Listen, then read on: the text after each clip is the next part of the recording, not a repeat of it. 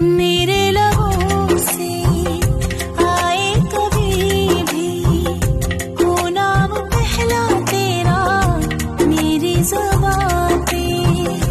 अखिया के काजल पागल करे हेला, जानू हमर जाइला यही अदा पे।